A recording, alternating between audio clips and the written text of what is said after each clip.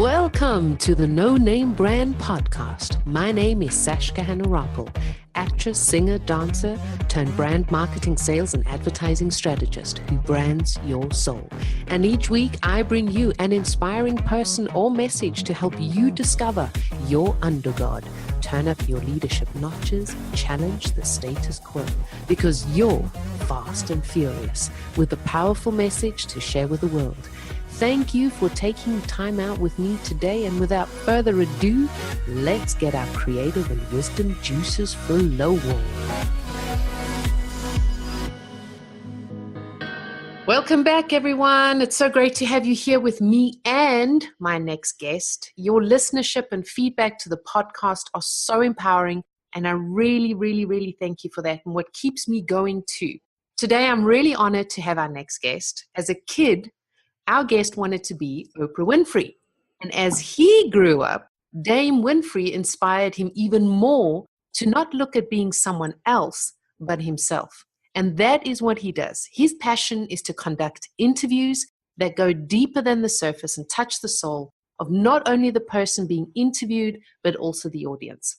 His calming, gentle, empathic nature is eclectic. When he enters a room, you know he's there. And it's not because he's loud and boisterous, but rather his presence of knowing. I'm delighted to introduce our next guest, a connector, journalist, coach, professional listener, speaker, and presenter. The one, the only, IRWIN MENT. Hello, IRWIN. Sashka, what an introduction. I'm like blushing all over now. I love it. I've got the video to prove it, so I'll be putting so cool, man. So I'm so pleased to have you here. It's taken me a while to I'm like, I've got to get IRWIN on here so we can speak about this. And I'm sure that many of those listening who want to pursue the direction of presenter, journalist, speaker, have a lot of questions, and I have a lot of questions as well. But before we dive into your world and I start interviewing you, share with us in a nutshell a little bit about you, father, husband, passions, purpose, where you live. And just let us get to know you a little bit before we dive into the soul. All right, let's do. Well, we're connecting from Rotterdam, and Rotterdam is one of the great architectural cities in the Netherlands, in Europe. And I'm 40 years old. I'm feeling young, but my kids call me old. See the gray hairs popping up every day, the new ones. And I am 20 years with my wife, Katinka, and we raised four children. The oldest is 16, and she's a girl, and I have 3 boys, 15, 6, and 5. Wow. And they are my joy. They are my mirror, my happiness, my foundation also as well. Because when they came into my life, I saw a new me, a new version of myself. So they are a big part of everything I do, everything I stand for, and everything I want to become. And I have a great mother too. I'm my own child mother, and she's also here in Rotterdam, a little bit sick, but we had great contact. And she, as well as, is some of my biggest examples in life, doing what I do, because she was an artist herself, and she loved to interact with the public and exchange love and genuine affection of who you are, and inviting other people to do that as well. So she's a great inspiration of me too. And the work I do and who I am, you just explain it like perfectly. So that's it. That sums it about up. You need to do it short, right? Yeah. And your passion not your passion, your talent for meeting someone and looking straight into their soul and knowing, okay, this is someone I want to delve into, I want to ask questions with. Is this something that you got more from your mom, or maybe past lives, or has it always been with you? Has it always been an interest with you? Because you're not super loud, but you have a presence that you just know you're in the room. It's like this silent knowing that you're there. I think it's a hunger. It's something of a need that says everything about who I am and where I come from and where I need to be. Because I always missed something in my life that is genuine affection and attention coming from the persons and the people who I thought need to be giving that to me on a regular basis, just because I am worth it. I am the one that needs to get that, because as children, I find now, knowing, because I raised children myself, I know that is an obligation to really give them the foundation of love and attention. And but I didn't get that while growing up. So there was always a need to get it from somewhere, from something, from someone. And I always went searching. And the great thing about it, that I went searching, but I didn't found it anywhere outside. So there was only one way to go, and that was in. And I went in because I went in, going in being a lot by myself, being alone all the time. And there was no other way to go. And that's where the name interviewer really comes from, because it's all about going inside of yourself. And I didn't do it on purpose. It just happened to me. But doing that, it awakened so much true potential in me. And it awakened one of the best things, I think, and need to happen to everyone. And that is self-love. And I'm so grateful also for everyone, my mother, my family, all those people. I had years of anger putting aside and not blaming them, judging them. But now I can see the greatness and the gratitude in the choices they've made that helped me be who I am. And now I can embark on a journey of who I need to be for myself. Yeah. Wow. It's quite a journey. It's quite a journey. And then with 40, it's like things just suddenly, like, it becomes clearer and louder and not so quiet anymore. What I wanted to ask you is, do you have any strategies when you're interviewing? Like, how do you go from inter to interview? How do you prep yourself? The first thing I always tell myself before going into any kind of interview is, if I'm talking to someone casual or really professional interviewing, I always tell myself when I leave my house or just before going into the interview, I tell myself, Aaron, you might think you know it all, but you don't. So before going into this conversation, connect to your soul, to your heart, and ask permission to take everything that comes as something that is worth listening to. So really listen, deep, compassionate listening. That is my strategy for everything. And I really make that promise to everyone who I interview in advance. I really tell them that it's safe, there is trust, because I will listen to you. And whatever comes up, the first judgment or the first thought of judgment that will come up, because it will come up. I'm a human, just like everyone else. I will first investigate it, but I will do that inside myself. That is the interview I'm talking about. I will view it myself first. I will feel what it's doing to me. How do I feel about it? Does it give me a good feeling? If not, never bring it out. If it gives me that, oh, hallelujah feeling, I need to share it. And both can be confrontational for myself as well for the person who is being interviewed. And I think that really brings out the real authentic stories and real personalities of people and the real experience of life that are usually not shared because the foundation, the underground, isn't safe for that to come out. That is so true. You mentioned or Oprah Winfrey as a kid, because you dreamed of being Oprah Winfrey, this natural flowing interviewer. And one of her sayings that you have on your website is that I go into all interviews trying to rid myself of judgment. Judgment is different than a preconceived idea. If you have judgment, you cannot get to the truth. And you mentioned this because the person will feel your judgment and therefore pull back. Exactly. Do we judge others and ourselves on an equal level, or one more than the other? And how can we pursue limiting that judgment when we're being interviewed or interviewing someone? It's about knowledge of self. You need to get to learn to know yourself first before talking to whomever. Because if you don't have knowledge of self, you don't know which person you take with you to the conversation. It might be the person that has anger feelings because you had a fallout with your daughter the other day and it didn't reside or it didn't, and you take it with you to the conversation. So you need to know, what am I feeling and what is that feeling? Where does it originate from? And what I need to do about it to put it aside, or not put it aside, but do something with it and take really with me the only person that needs to allow a space of openness for the other to really get heard, really get seen. And that's an important thing to do. So you need to know how do you feel, and are there some thoughts in your head that are maybe busy, not allowing you to be clear and open and open-hearted to someone, but more judgmental. So if you know that, because you evaluate yourself, then the other person will feel that. They will feel that you are more busy with yourself than with the person. And that will enable the person as well to be busy with his or herself.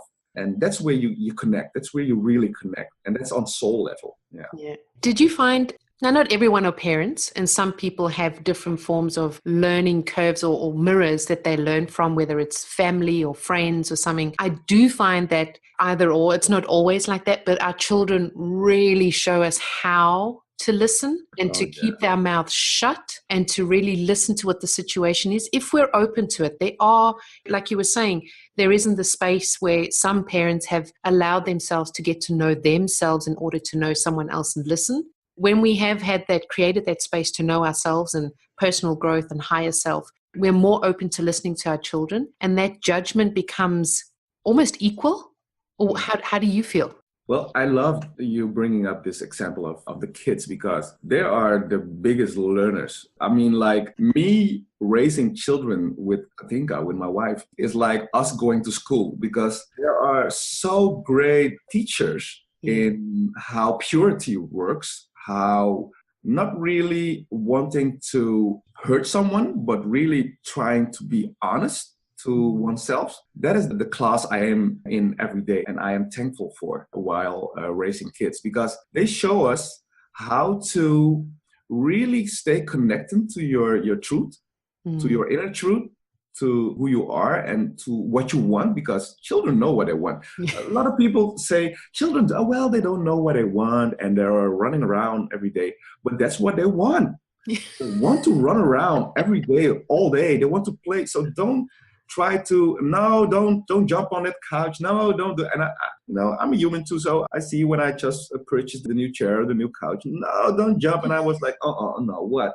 I can't do that. They need to jump. So I need to buy a new one, an extra one, because they are kids. And that's what I learned from them. And that's what we all need to learn from children, because we're other parents and we help them. We give them leverage. We help them balance it out while growing up. But we need to never forget that they teach us some core information about life. And that is, to be in balance, you need to always stay connected to your inner truth. And that's the best way to learn anything from children, and to teach yourself about gratitude and about self-love and about really connecting to one inner self. Yeah. That's so true. Getting back to the interviews, because I mean, with the kids, with the mirroring, I mean, that's, as I mentioned before, it's also with animals or with friends, or we all have the mirrors that are relevant to us, where we can lower the judgment, get to know ourselves a little bit more in order to share with whomever's crossing our path, whoever we need to share with. Who or what are you eager to interview, and why? Oh, I love this question, because I have struggled with this question, because my first question over the years was always everyone, because I see the greatness in everyone, and I see everyone inspiring in his or her own way. So yeah, the garbage man. So yeah, let's do that. The teacher, yeah, let's do that. Let's interview kids. And I did it. In the course of my life, I really interviewed everybody, because interviewing for me is not something that is some switch I turn on and off. It's a state of mind. It's a state of living, state of being. Everyone, when I just dropped off my kid at school, and the teachers asked me, sorry, Mr. Mint, I forgot we need to make an appointment to talk about your kid. And I was like, yeah, but you're late and I got to go. And he was like, no, but can we please? I said, no, you can't. And I love you, but no, not now. And so she was like, what a panic. And I like, be cool about it. I know, and I'm open for this talk, but let me call you and let's talk and make an appointment. I saw her because I made really eye contact and I really listened to her. And she was like, okay, so we'll get it solved before the holidays. I said, yes, we will. And she was okay with it. Because the biggest thing with everyone, and that is one of the biggest lessons I learned from Oprah, is that at the end of the day, everyone, like everyone included, no exception, everyone wants to and needs to be heard and seen just for who they are. Yeah. We all need to matter. We all want to be a part of something. We all want the next person to acknowledge us, to say, well, I like you. Awesome what you do. We like compliments. It's what our soul needs, the nurture, the food we need to really, the soul food we need to really get going in life. So I made work of that in every interview, know that I need to acknowledge the soul of someone Mm-hmm. and really compliment the soul just for living, just for being here in the moment with me, and thanking from the bottom of my heart, thanking the person for living and making the choices he or her does. And that really, I think, really makes connecting with everyone a special connection. That allows me to really connect to a certain level of people. On that level, already make some steps of being who they are, but also wanting to be a great example to others.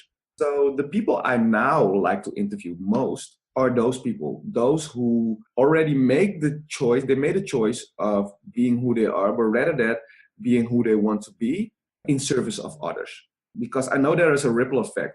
One of my great goals and dreams in life is to reach many people. And not by really wanting to teach them anything, but make them feel heard and feel seen. And for me to enable to do that, I need to reach as much people that are doing the work that I do. So I'm now searching and finding those around me. I found you. I found a lot of different kind of people who do that work. And together we now just put more volume to the energy that goes around really connecting with people. Yeah, that are the people I love interviewing the most right about now. Yeah. That's amazing. What do you feel are good qualities for an excellent interviewer or interviewer? A great listener first. You need to be a great listener. And when you start asking questions, let them be the questions that come from the heart. You can have a great preparation because that's everything. You need to start by really looking at who the person is, by what he does, the things he has embarked in life. But never let that take you away on thinking that then you know everything. So really take that as information that you can use to get to the core of something, get to the core of the person. So that's important. With interviewing, I always notice that the information you want to put out. So you get some information of the person, but you always have the choice of what kind of information of what you are receiving you want to put out. Yeah. Because as a journalist or as an interviewer, you have the obligation, and I'm always switching from Dutch to English. So No worries. You have the possibility to have a platform of sharing your message. Because if I'm talking to you, Saskia, and you're speaking from the heart, but there's something in maybe an hour of interviewing that I heard that for me is the core of what I need to bring out, then I will put all my lamps and lights and all my energy on that one thing you told me in the half hour that I feel that is the message that needs to go out. And it's not because I wanted to, but it's because all thing in my body, my heart, my soul is yelling out, yes, that's it. The thing like Oprah always says, the aha moment. That's like, If she sees the aha moment, if she felt it, it's like, okay, leave everything. Like, we can stop right here. That's it. And I'm like, just like that. I always focus on the core of something when I feel like, okay, this is the message for me, for you, for everyone. Let's focus on that. And I think that is important. One of the important qualities. You always need to find the aha moment. And if you need to go deeper, then let's do that. If you need to do something that is maybe a little bit awkward, because you need to go through fear as well, because you might think like, is this a good question to ask? How will she or he react to this question? I don't know, because I might feel something and it might be relevant, it might not, but you need to trust in your heart. So as an interviewer, you need to have trust in that what guides you and not put the mind too much in front, but let it be guided by your heart. So that are I think the 3-4 qualities, best qualities you need to have as an interviewing interviewer. Yeah. I love that. You mentioned that you're a professional listener, and you explained that as well. Delve a little bit more into this, because I know so many of us don't listen. And you have a very special project. I think you've done it twice now, where you don't even listen. You listen with your eyes, with your senses. Tell us a little bit more about that. It's about a social experiment called the iContact experiment. Some may know it from years ago. There was an artist called Abramovich, and she went on making eye contact at MoMA in New York at an expedition by really connecting to people just as an experiment to show the human connection, show how we really connect in life if we stay quiet and if we don't use words, but just eye contact to feel, to engage on really knowing each other. And it struck me when I saw that documentary. And from that day on, I knew I wanted to do that one time, because it's what I do and it's what I want to do, is really make a connection. And by really being quiet and using the eyes as a mirror to the soul, because that's what we do in that contact moment, you really get to know first yourself. Because in that moment of stillness, you really feel.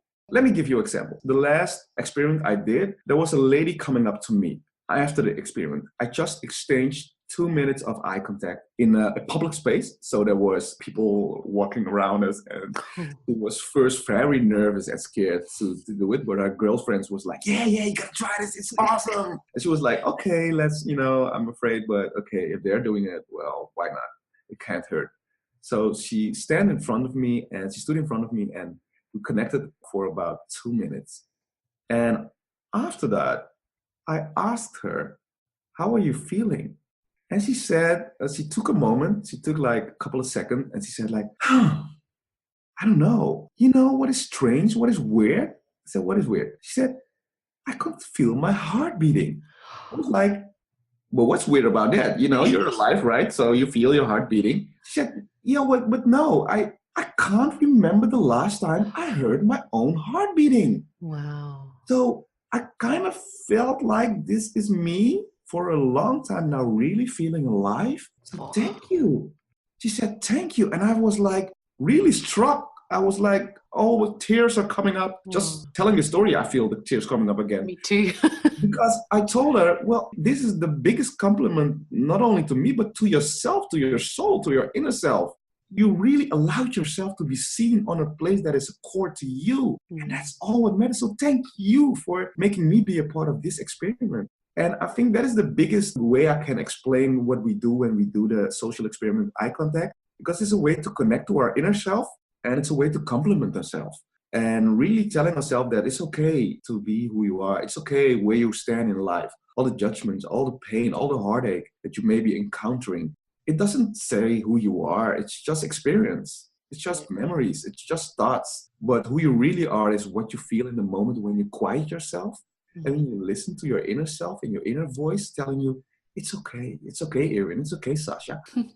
Just being who you are in this present moment is all you need to have to make the next step of being a greater version of yourself. So yeah, go on. And I grant you this journey. And making that come from the inner self is the biggest gift you can give yourself. That is so true. I was just watching, just recently, I don't know, maybe it was while I was doing the research and how the law of attraction works, is whilst I was looking at stuff at Oprah Winfrey, and because I don't usually, and she just popped up everywhere and I'm going, okay, well, obviously I'm supposed to be listening to stuff. And what I loved about it is whilst I was watching her, she had her Oprah Winfrey show and then moved on to Super Soul Sunday and Oprah and all of that and the life classes and all these people sitting there. And I was thinking, she's just, in inverted commas, an interviewer. That she's just an interviewer, just like you'd be a baker or you'd be a graphic designer or you'd be a journalist. She's just by profession, that profession, but she makes it so much bigger and so much more just by being herself and staying true to herself and listening to her heart and moving on from there. And I was like, whoa. Sometimes we don't stop and actually see that because we're focusing so much on the future that we're not staying here now and being in order to expand and have that ripple effect. So it was quite a little bit of an eye-opener for me. So whilst I'm doing research, a little bit of preparation and everything, I'm going, whoa, the stuff that you learn before even interviewing. That was like really blew my mind. I'm like, yeah, that's so true. That's so true. Something also that Oprah Winfrey says that whenever, because I was looking for interviews where she's been interviewed, and there aren't that many. When she has been interviewed, she says every single interviewer always asks her the same question afterwards. Everyone. And she's still shocked. Like even Beyonce would ask her the same question. And I'd be like, you probably know which question this is. But have you wished you were asked or have been asked a question that shocks you every time you do an interview? Yeah, I wished. And there were times that my children, because the greatest interviewers are my children, because Cool. they ask the greatest questions and the most confrontational questions, and they shock me. But they are a great mirror into what I need to learn, go to the next level of being my greater self. And I'm fishing now for an example because there are so many times in the day, in a week, in a month where they ask me those questions. But I think mostly it's what they give back, because I think the great interviewing questions are the questions that someone else asks but has a reflection on themselves, and then both at the same time get the aha moment. Like, it's not one more than the other, because I think that as a good interviewer, you need to learn something in the moment as well. You can't only be the person who asks the questions and let the other people be like, oh, this is great. Oh, I've learned something new. And I was like, yeah, I told you. Yeah, I told you. That's not how a great interview works. You need to be humble, and you need to be really feeling inside, really, really reaching down, really interviewing yourself, and really seeing how what the questions you are putting out are doing to you yourself. So when I ask my children something, when I tell them to do something, or when I ask something of them, what they give back is, Dad, why do you ask me that question? Or why do you want that from me? And it's something in the why questions that always brings back, always resonates in my soul, always bring it back to the core of, okay, really, why am I doing this? Why am I wanting something? Why am I doing the things I do? So that, for me, it doesn't matter if it's my children or it's you or it's someone else, but the people who I am engaging with, who are asking the why questions for themselves and inviting me to be on that journey with them, that are the biggest and the greatest interviewers and interviewers alive that I hope to encounter. Because I found there are not that many people who are self-evaluating in the moment of really connecting with another person. So true. For me, that is a level beyond levels, because that is when you show me that you are allowing yourself to learn from every experience, even when you are asking the questions. That shows me that you are a master of your own personal space development and growth. Yeah, I have great love and respect for people who do that. Yeah. I love it. So for those that were wondering what the question is from Oprah Winfrey, everyone always asks her at the end, is that okay? Was that okay? Yeah. Yeah. And just that, like you were saying, is just that self-belief in yourself. Like, it's okay, I was learning, so I'm still able to learn. It's not a case of I'm not good enough. You're just asking, in your eyes, the master, in inverted commas, was that okay? Was there enough space for me to grow? Did you grow? Did I grow? And this is something that you also help souls find, that something that tends to stop them from living a life of their dreams. And now most would do this with life coaching, which you do, but you combine it with your talent as a presenter, a journalist, a speaker. Exactly. Yeah. Can you explain a bit more how you work? I want to go a little bit deeper than the brand. So how are you, not just in inverted commas, the interviewer, but how are you putting this life coaching and the interview together, multi-purpose? Yeah, great question, because it's in the name. Interviewing is all about looking inside. If we talk about looking inside, what we really are talking about is taking ownership of your life. And that's a part of what I do that is very important to self-development. I take myself as an example, because more than being a brand or being someone who coaches others or someone who presents a motivational speaker, I am someone who just really genuine want to be a good person first and foremost. And by doing so, I want to put my actions out for other people to see that it's possible. It's possible for where I've been, where I've come from, all the things I've missed in life, the adjustments I had, the search of self-love, that I'm still able to do good, really connect with people, and really inspire. So that is taking self-ownership. And I want to just put it out as, look, I won't tell you what to do, but if you have questions, you can first look at my life, and maybe some questions will come up for yourself.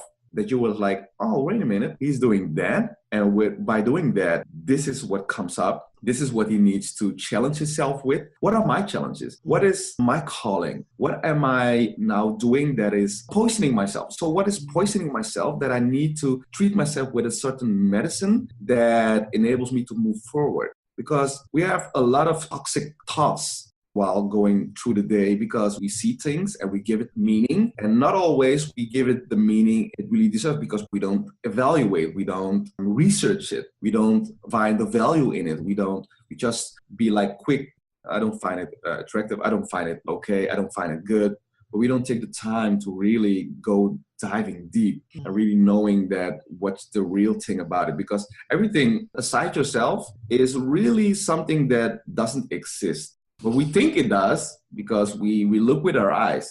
But try looking with your heart and you will see only one thing, that is your inner self. And that is all the things that makes you you and how you react to things outside. And I just kind of lost your question, but this is what comes up. Yeah. That's so true. So, I mean, that's the essence of you, is that you're helping, not necessarily helping, but assisting someone, because we have all the answers in us.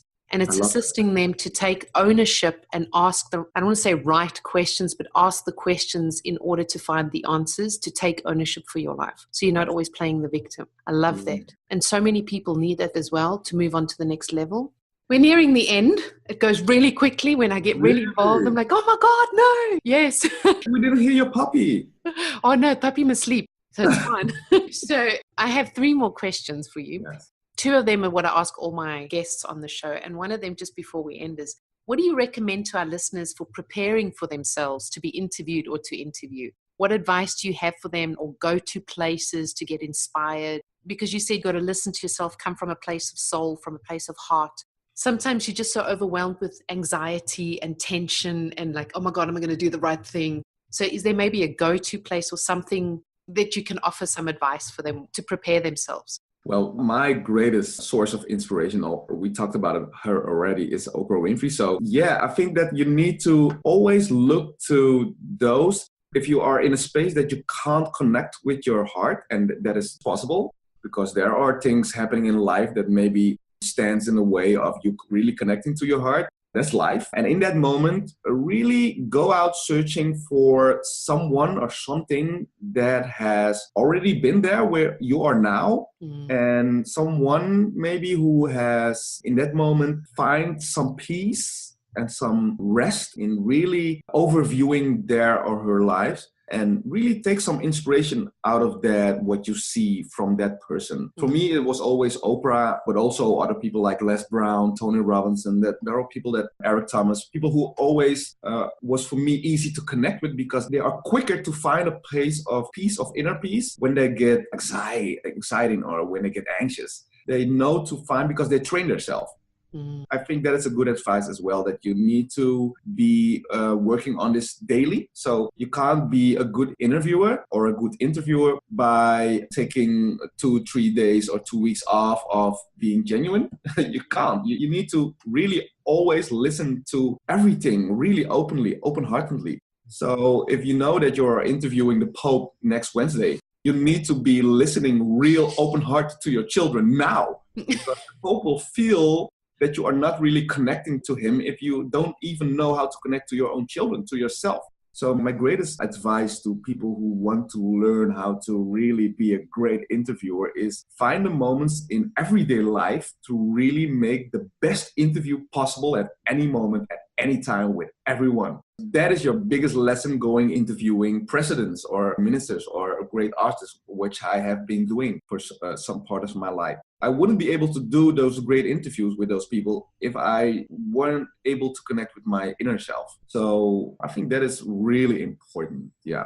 I love that. I love that. So connecting with your soul, connecting with your heart, preparing yourself, but letting go within the moment, so that you're also learning and asking questions where you learn asking the questions. Some really gold nuggets in here that we've learned a lot from you today. How do you want to change or challenge the world doing what you do?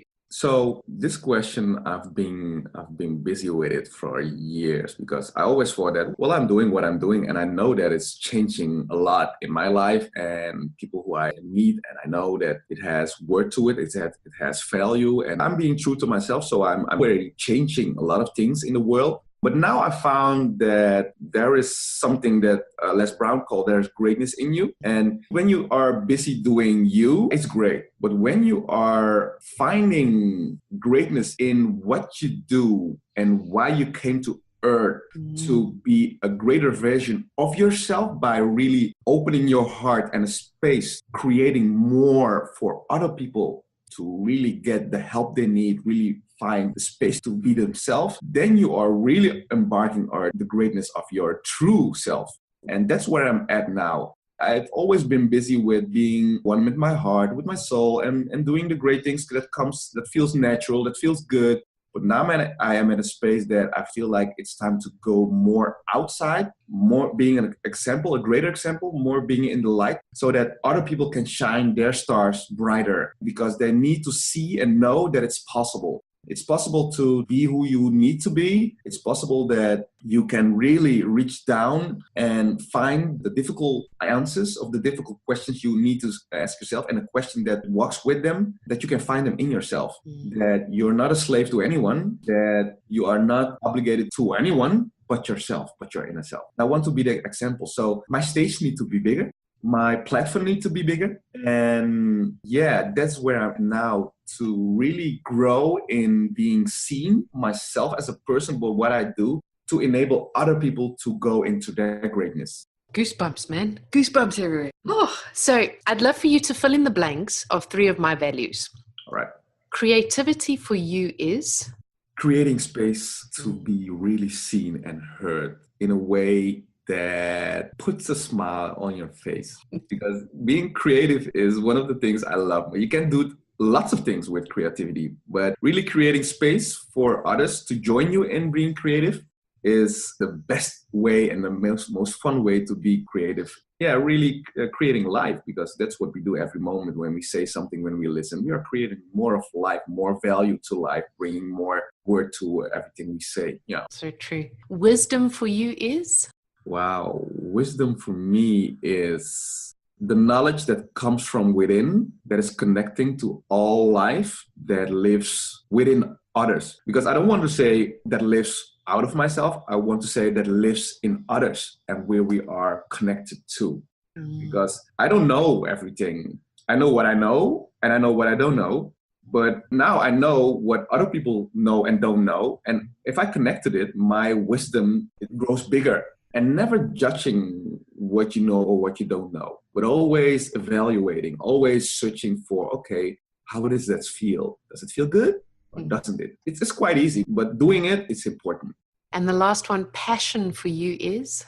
Passion for me is, I'm such a sucker for feeling real connected to human being. I know that everyone always says that, Irwin, you're like a friend of everyone, because I really genuine, because I know where I came from. From birth, my mother didn't acknowledge me when I was born. So when I grew up, I was feeling like, am I worth something? Am I, hello, does someone see me? So I know how that feels to have missed out on love. So I fill myself with so much love that I'm overflowing sometimes. So with all that love I'm overflowing with, I need to share it. So people always say that, Aaron, where is the off button on your love? There is none. I'm just always like pouring out. I want to share with you. I want to share with you. I want to share with you.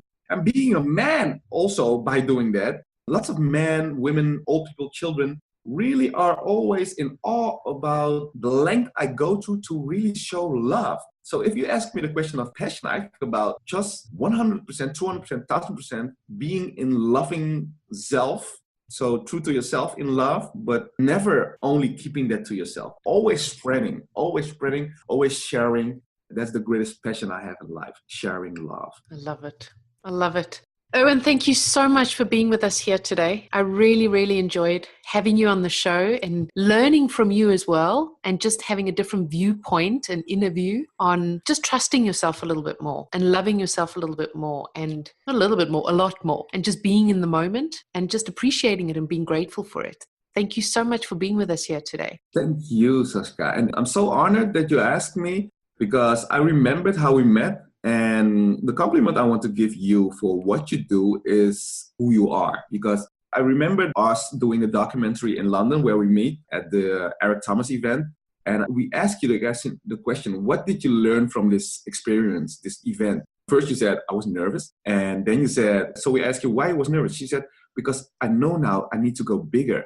And while following you, I saw how you enrich yourself with the greatness that is in you. And you don't allow yourself to be mediocre. You don't allow yourself to be less than you are or less than your potential. And for me, that makes you an example, an inspiration.